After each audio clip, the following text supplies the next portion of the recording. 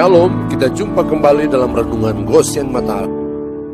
Haleluya, saudaraku yang dikasihi dan diberkati Tuhan. Renungan pagi hari ini bertema kesalahan umat Israel sebagai peringatan. Bacaan firman terambil dari 1 Korintus pasal 10 ayat 5 dan 6 dan ayat 9 sampai ayat 10. Demikian firman Tuhan. Tetapi sungguh pun demikian, Allah tidak berkenan kepada bagian terbesar dari mereka, karena mereka ditewaskan di padang gurun.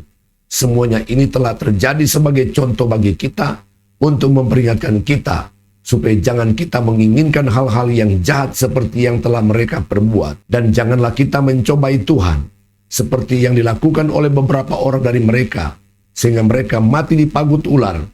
Dan janganlah bersungut-sungut seperti yang dilakukan oleh beberapa orang dari mereka, sehingga mereka dibinasakan oleh malaikat maut. Bangsa Israel adalah berawal dari 12 anak Yakub yang kemudian bertumbuh menjadi sebuah bangsa sejak Yusuf memboyong mereka di tanah Mesir, di tepatnya di tanah Gosyen. Mereka mengalami masa-masa kejayaan dan keemasan saat Yusuf masih hidup dan raja yang memimpin masih mengenal Yusuf. Tetapi sepeninggal Yusuf dan bangkitnya seorang raja baru yang tidak pernah mengenal Yusuf, maka berbagai penderitaan dan penindasan pun umat Israel alami. Tuhan mendengar seruan umat Israel karena penindasan itu, yang akhirnya mengutus Musa dan Harun untuk membebaskan mereka.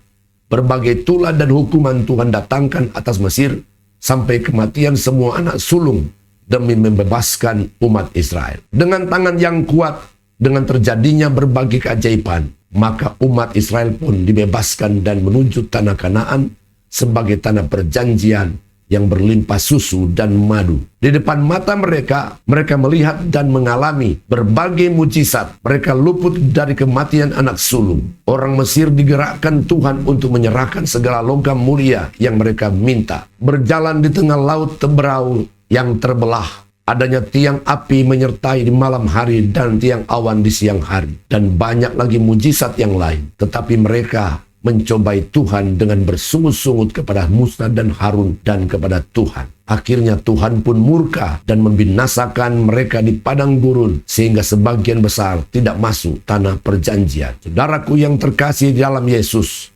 Tuhan sangat mengasihi kita. Tuhan rindu kita semua masuk dalam tanah Kanaan Samawi, yaitu sorga yang mulia sebagai tanah air kita.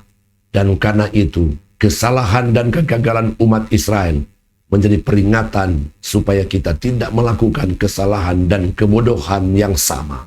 Amin. Tuhan Yesus memberkati.